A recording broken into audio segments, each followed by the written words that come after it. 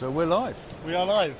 Hello and welcome to Storm ISE, right in the heart of the ISE show here in Barcelona. You're joined by Matt and myself, Simon, from Kit Plus. And for the next 30 minutes, you're going to be immersed in mission-critical connectivity and resilience.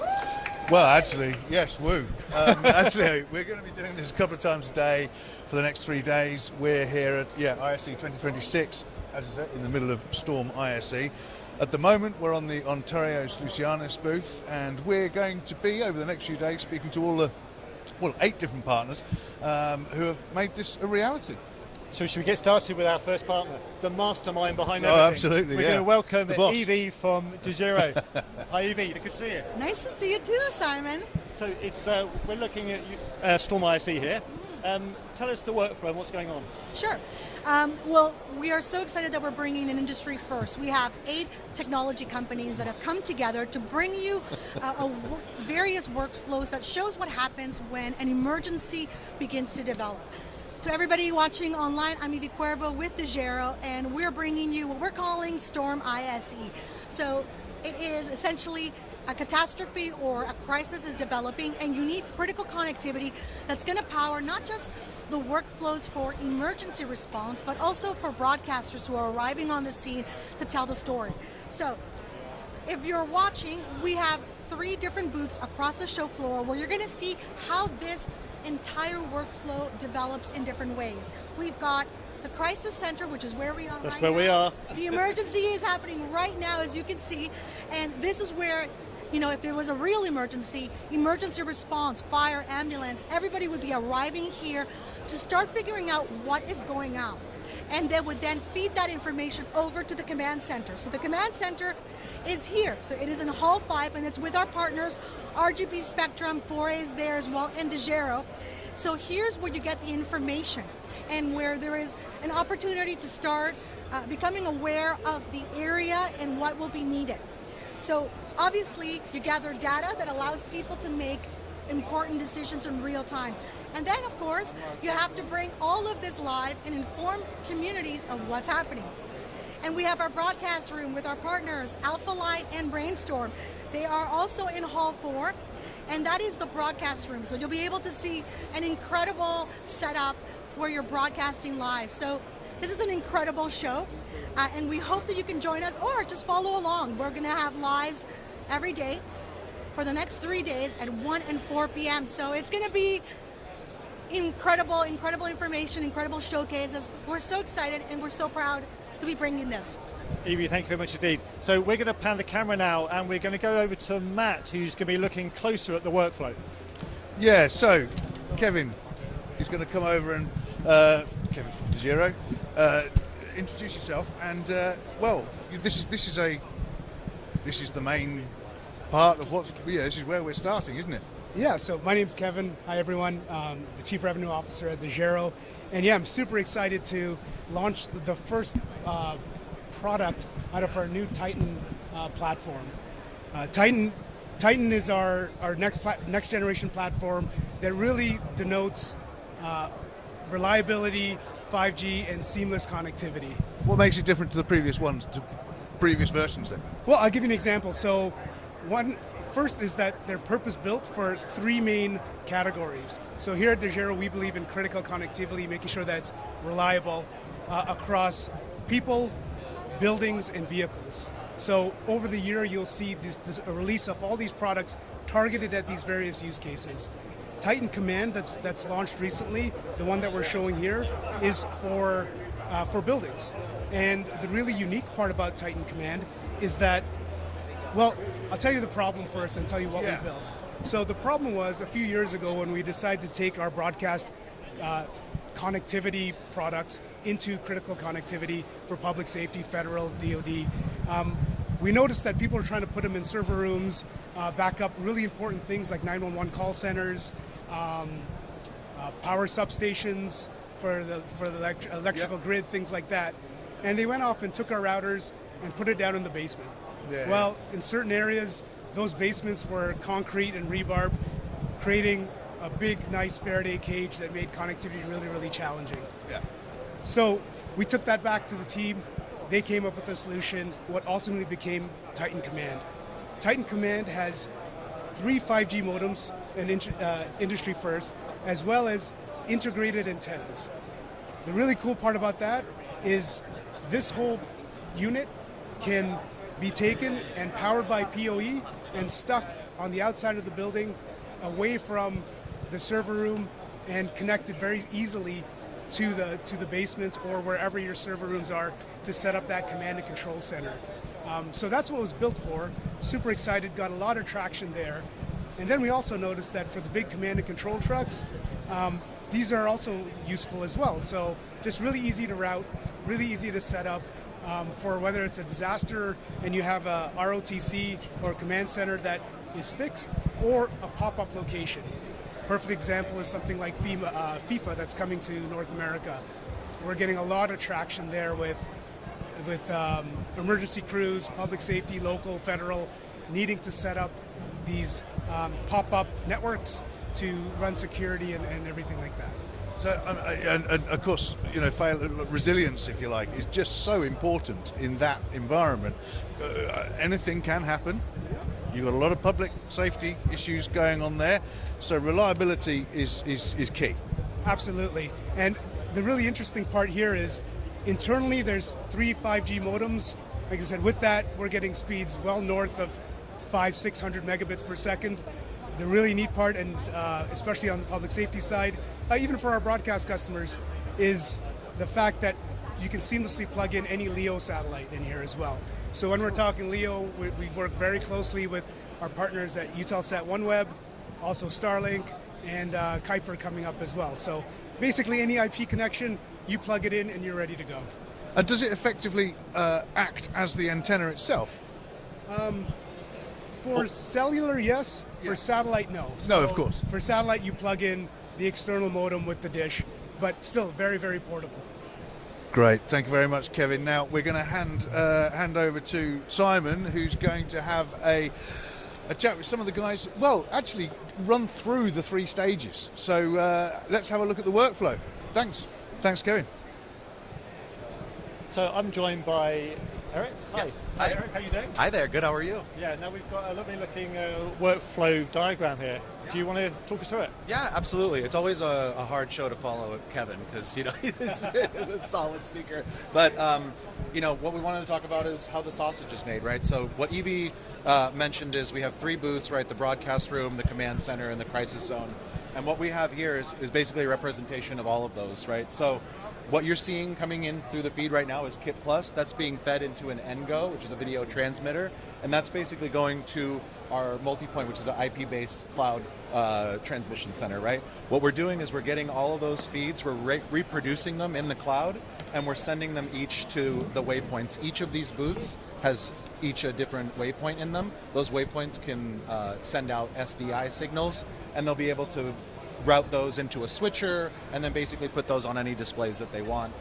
Each of those waypoints are also connected to a Titan Command, which you just saw, which Kevin just featured, for connectivity, right? So the Dejero Titan Command is the connectivity portion, the waypoint is the distribution portion, so each of these booths can actually say, where they're going to want to house all that information.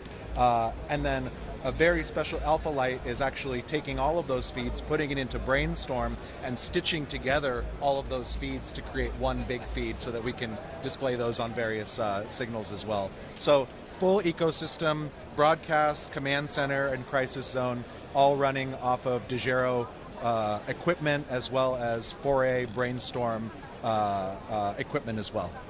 Eric, thanks very much. Now, in any mission critical environment like this, you need to build in some redundant disaster. What have we got in here? Yeah, so we have the Titan Command is running 5G. We actually are also backhauling that into one of our other devices, the M6E6, which is a 6 SIM, right? So we're basically just adding more and more blending. If we had satellite connections, which we don't right here because, it's a warehouse, right? But in an emergency environment, right? You may want to have Starlink, OneWeb, or any of those satellite connections. You will be able to blend those in seamlessly, and that's how you're basically able to add any redundancy, right? And what are the typical challenges that people that were on the front line would face? Yeah, congestion, obviously. So a place like this, I mean, you bring up your Wi-Fi, right? There's going to be dozens and dozens of Wi-Fi connections, right? So interference is a challenge for the most part, but with our devices, they're pretty resilient, right? So they're kind of hardened against that. Also, because these run on 3G, 4G, 5G technology, sometimes those towers will get saturated, right? And so having a blend of different networks or having a blend of different cellular connections is going to give you carrier diversity, right? The more carrier diversity you have, if one of the carriers goes down, you have the other two still to kind of keep you together. And that switch between the carriers is automatic? It's automatic. It's through their blending technology, right? So sometimes people are used to bonding or traditional solutions. We have a patented solution, which is our smart blending technology. So it makes the smart blending technology, or the algorithm, makes tons and tons of decisions on a microsecond basis, and it will basically send all that data through various pipes depending on what it decides is going to be the best. And in terms of latency, what sort of challenges might you face in this sort of situation? Yeah, latency can always be a challenge. The good news is that with the NGOs, the video transmission, we can actually adjust those. So depending on what kind of content you're covering, NGOs will usually cover maybe like a high action sports, right, where they would probably need their latency to be much lower. So it allows you to kind of adjust those things as needed. Eric, thank you very much indeed. And now we're going to go over to Matt, I think, who's now in the control room with Scott from RGB Spectrum. Perfect. Thank you very much. Yeah, stage 2, I think, is what it's down on the list of stage 2, the command center and Scott High, yes, from RGB Spectrum. So, give us a bit of a breakdown of what's your role in this? Absolutely. I'm Scott, everybody, from RGB Spectrum. We're very excited to be part of this partnership where we're demonstrating how an entire emergency activation comes together and how the use of video and other data sources can enrich the experience of operators in the command center. And what RGB Spectrum provides is video processing and distribution so that the content that's produced in public broadcast and private broadcast, as well as other data sources, can be brought into the command center so that the operators who are working at desks in the command center can move the information to where they need to see it, and they can bring in map information, GPS data to identify problem areas during the event. And that information can then be sent out to the first responders so that they have up-to-date information on what's happening in their area. So I'm going to ask maybe a basic question now. Is it effectively a cloud solution? From this point, it's gone up into the cloud. So, and what we support is video from many sources. So it's going to come in over IP through the cloud. Whether that's broadcast or private, it can come in as a direct video feed from a cable box or from a private head end. And it can also be delivered from a computer source where a particular computer is running a map system that then gets transported over video to first responders as well as the folks who are in the command center. That's brilliant. And so, is it? I'm thinking operator intensity, and how does that look in real terms? And I think one of the benefits that we provide in the command center is operator efficiency. So when operators can define their own workspace and have the information that they rely on where they need it, that really makes them efficient in their response to triggers and events.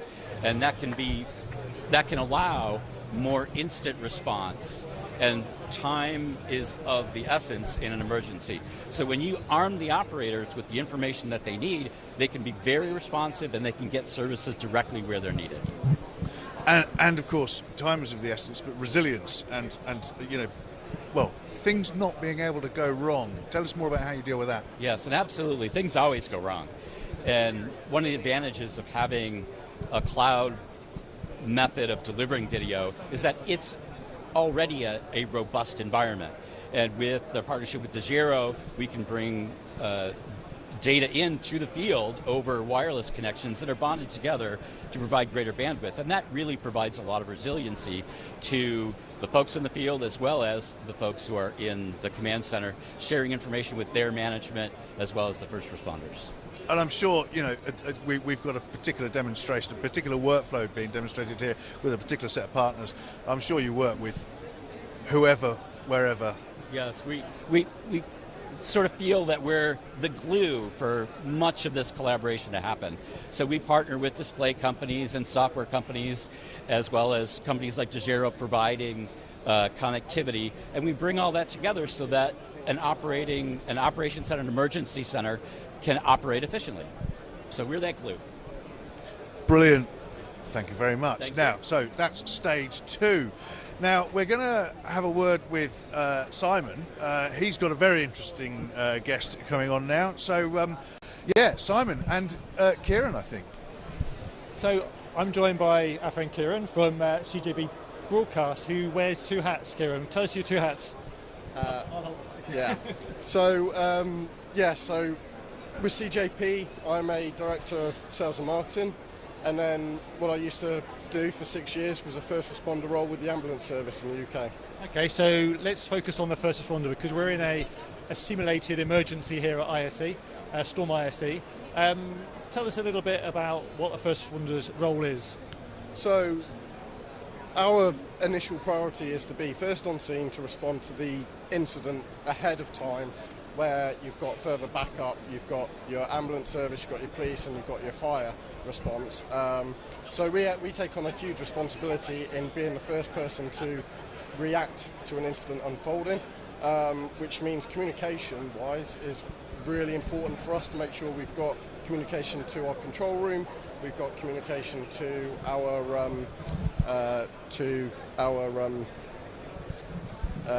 fellow services, so with the police and the fire on a major incident channel. Our role is to be the first person to respond to a big incident. So I think as a member of the public, I'm thinking, okay, that's great, fantastic, awesome job. In terms of connectivity, I guess I'm thinking bandages and plasters and stuff like that. What do you need the connectivity for? So we needed to respond. We needed to communicate with our control room and our teams there who are advising us what's going on, giving us all of the details around what's happening on scene, the incident ahead of us getting there. So it's really important for keeping that communication line open. And not just that, when we're responding to an incident, we have what's called a major incident channel. So that then opens up the comms to the police and fire and ambulance. Anyone who's responding to that incident, we can then directly liaise to without having to go through any extra processes. Part of our role, we also have devices in the vehicle, which are called NMAs, which enables to basically give us our details about the job, our controls our navigation, and it's our central communication point with our radios.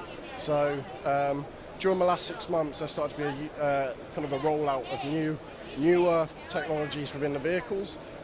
So really upgrading the systems that we have in place from an old Terrific system into what they call now sort of the mobile vehicle and data solutions.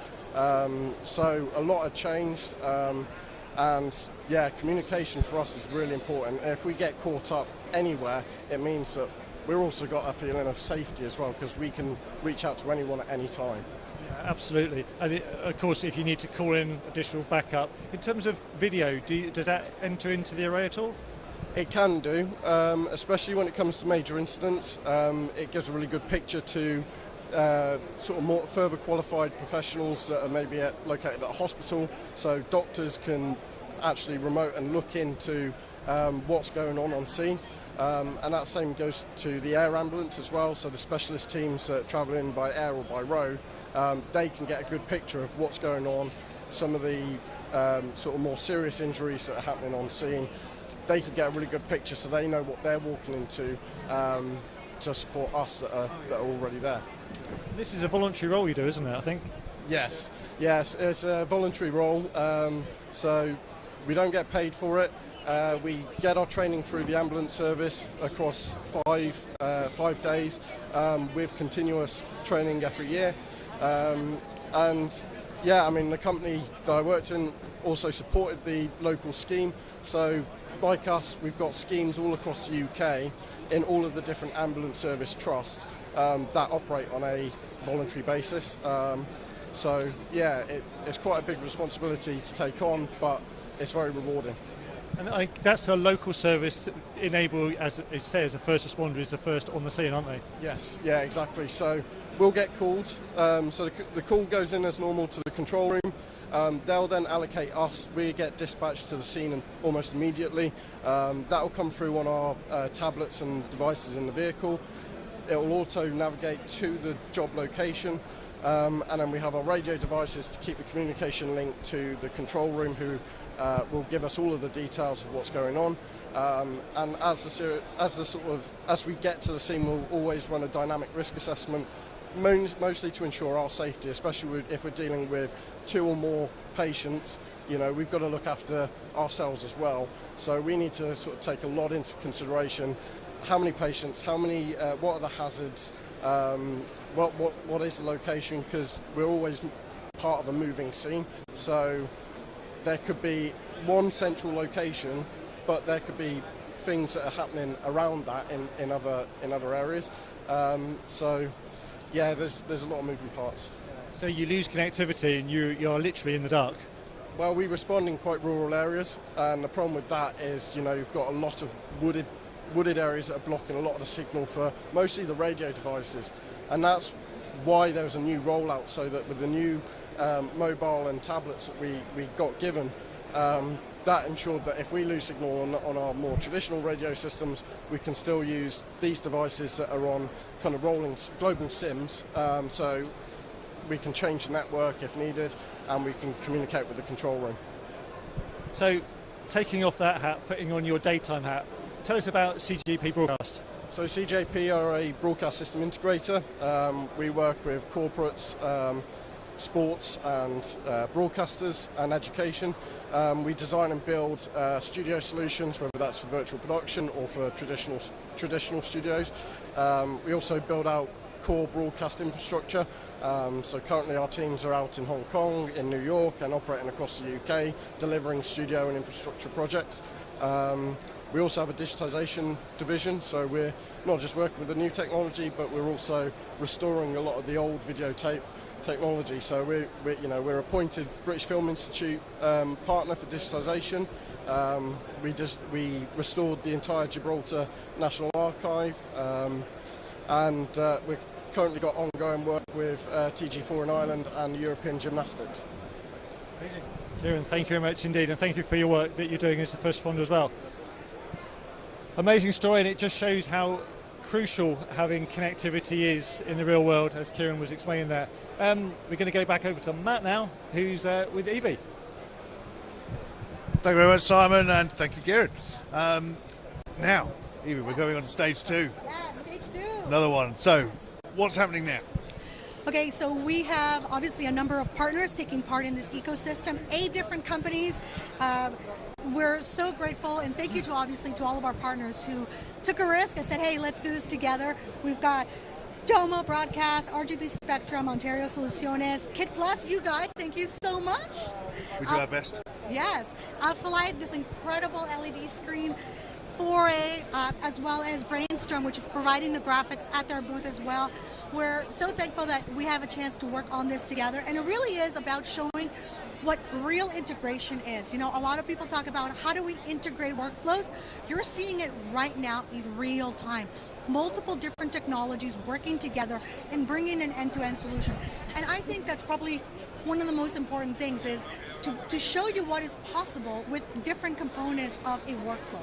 It's very easy to come to these trade shows. We come to, well, yeah, IBC, NAB, ISE, and we turn up and we see, oh, you do connectivity, and that's it. We've got a real life situation. This is a solution. Yeah, and that's, I think, the most critical thing is you get to see it now, and sometimes you may not need all of the different parts of the workflow, but you understand now how it all feeds through different types of channels to go to a command center, to go to a broadcast center. And even if you're a remote journalist, right, working from the scene, trying to file a story where there is no connectivity, I mean, this all plays such an important part. Absolutely, absolutely. So, go on. So we have more to show you. If you want more information, head to dejero.com/ISE-2026. And I know you have more people to talk to. We do. Hopefully, Simon is ready for us. And he's speaking to Brainstorm. Over to Simon. We are now with our good friends from Brainstorm. I'm with Miguel. Hi Miguel, how are you doing? How are you doing, Simon? Good? Yeah. Now we normally talk on the Brainstorm booth, and we've normally got a massive, great big screen behind us and some virtual graphics. We're not there at the moment, but tell us how you fit into this Storm ISE workflow. Well, we are a small part of this huge setup. That means that, of course, you have a catastrophe, you have an issue, an emergency, and you have to tell the people what's going on. You need to showcase data, you need to show images, and that's what we're doing at the Alpha Light booth, providing the graphics and the composition that allows all the people in home or on site to see what's going on, see the images, see the data, see what's going on, and get all the information possible in real time. So how are you dealing with multiple feeds that might be coming in? I know we're only giving you the one feed in this demonstration, but in the real world you might be getting multiple feeds? Yes, of course. I mean, we can get any number of feeds depending on the setup and the workflow you want to use. But of course, we can understand we are in a broadcast environment, so there's many feeds coming in, data coming in from independent sources, and you have to feed everything in, get a nice setup that people will understand, and then showcase that so the television people, the production team, can set up to air. And what are the typical challenges that you might be facing in this environment? There are so many challenges, we can keep like 1 hour here talking about them, but essentially the immediacy is the big one when you're talking about emergencies. You need to display whatever is going on up to date immediately so people understand what's going on, and also display other people, other information that comes in, reactions from authorities, on-site connections. Everything needs to be fed in a single environment so they can be played out to air. And are you saying, we're talking about it as a demonstration here, but is this actually happening now in the real world? Happens every day, unfortunately. There's always something a breaking news thing. And that breaking news brings the best of the equipment, brings the best of the team in the production side, and brings everything together so the audience at home can understand what's going on. Miguel, thank you very much indeed. I think we're going to be talking to you again in one of the other episodes that we're going to be doing over the next 3 days. So plenty of time to get even deeper if we need to. Anytime, Simon. See you around. Thank you very much indeed. I think we're going to Matt now, who's going to be talking to Alpha Light, maybe? Well, before that, we're going to let so-called the boys are going to have a chat. So we're going to give both microphones. Oh, okay, cool. To Scott and Kevin, and they're going to tell us a bit more about, thought leadership. Go on, fire away, guys. No, I get the privilege to ask the questions now, Scott. At least I'll start off. And this is something top of mind for me as we're going through and prepping for this summer. The whole idea of command and control centers or real-time operation centers, the difference between fixed location and kind of pop-up temporary. What's RGB's view on that, and what makes kind of the key differences there? Oh, absolutely.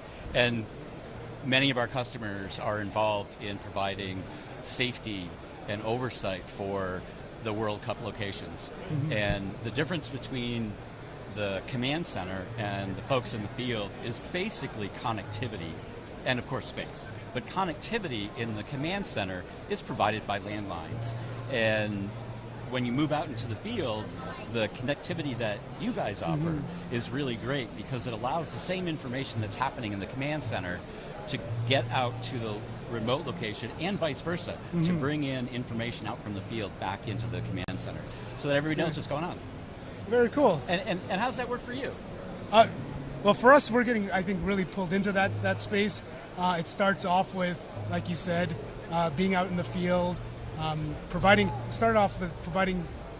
field assets with connectivity, and then realizing that, our operations center needs that too. How can we work there?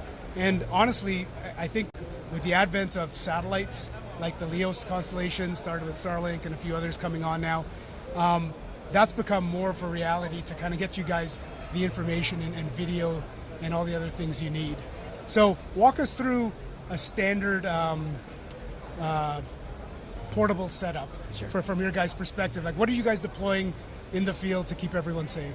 No, that's a great question. And one of the great things that we're doing in partnership with you, something that we call the flyaway kit. Okay. And it's a command center in a box.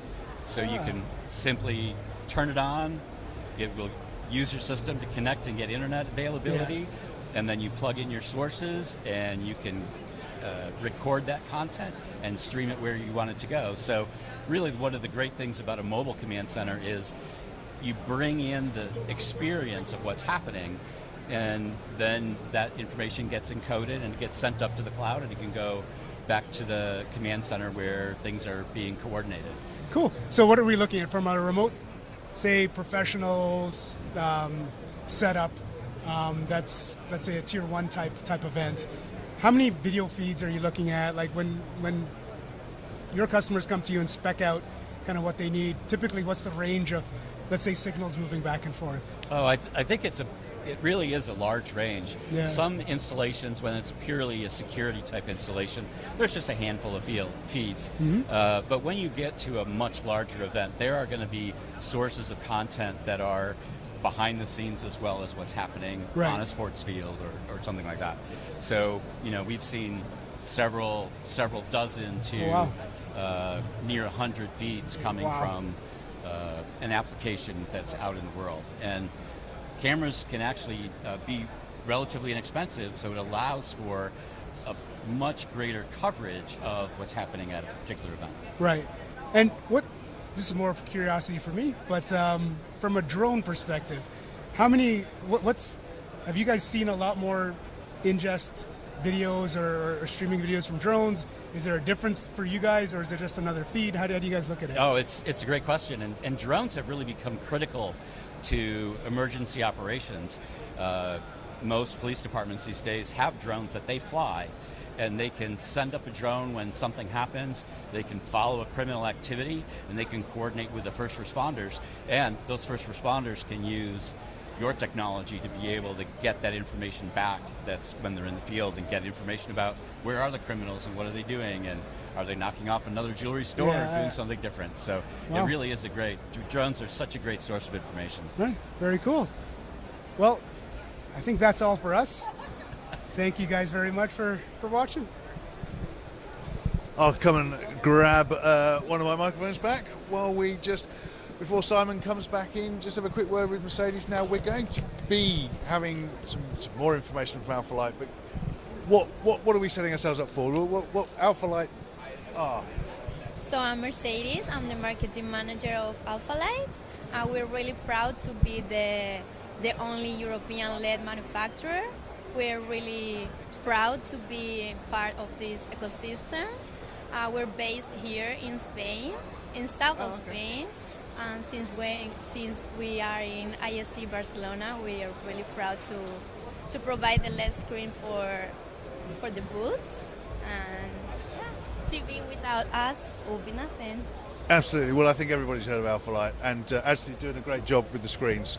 Thank you very much. Now, hopefully we'll find out more about the Alpha Light technology as we go through the next couple of days. So, Simon, I think we've reached the end of this this particular broadcast. We have.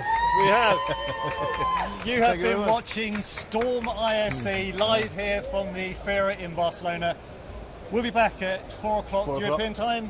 And for the next thank you for watching, and days. stay tuned for